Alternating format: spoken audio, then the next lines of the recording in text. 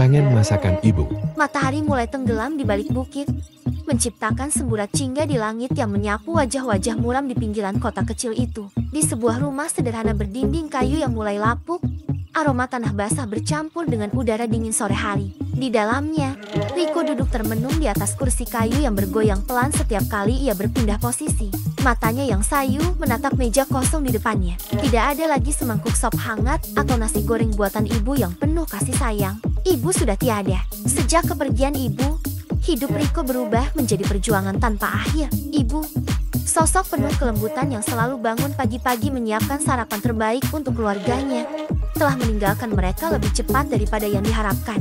Kini, hanya ada Riko, adik kecilnya, Nisa, yang masih duduk di bangku kelas 6 SD, dan ayah mereka, seorang pria yang lebih sering ditemukan di warung tua daripada di rumah. "Mas, makan apa kita malam ini?" tanya Nisa dengan suara kecil, memecah kesunyian. Riko menoleh, menatap mata adiknya yang mulai berkaca-kaca. Perut Nisa mungkin sudah berbunyi sejak siang. Dengan lembut, ia mengusap kepala adiknya, mencoba menenangkan meski hatinya sendiri kacau. "Tunggu di sini.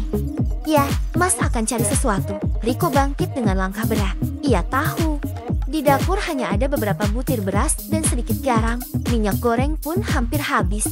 Mengingat kembali bagaimana ibu selalu mampu mengubah bahan seadanya menjadi hidangan yang penuh kehangatan, hatinya terasa perih. Senyum ibu yang lembut, tawa cerianya saat memasak, dan cerita-cerita yang mengiringi setiap makanan, semuanya tinggal kenangan yang terbungkus dalam rasa kangen yang tak tertahankan. Di luar, angin dingin menyapu wajah Riko saat ia melangkah ke warung kecil di ujung gang. Ia membeli beberapa bahan seadanya dengan uang yang tersisa dari hasil kerja serabutan. Tidak banyak yang bisa ia bawa pulang, tetapi cukup untuk mengganjal perut mereka malam ini. Saat kembali, ia melihat ayahnya duduk terhuyung di depan pintu.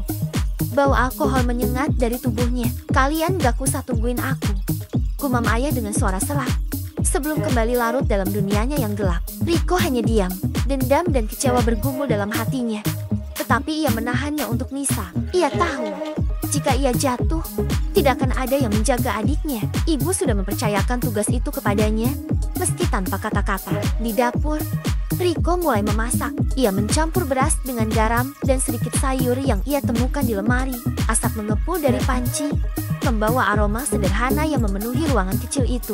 Saat nasi akhirnya matang, Riko menyendokkannya ke piring untuk Nisa. Ia melihat adiknya makan dengan lahap.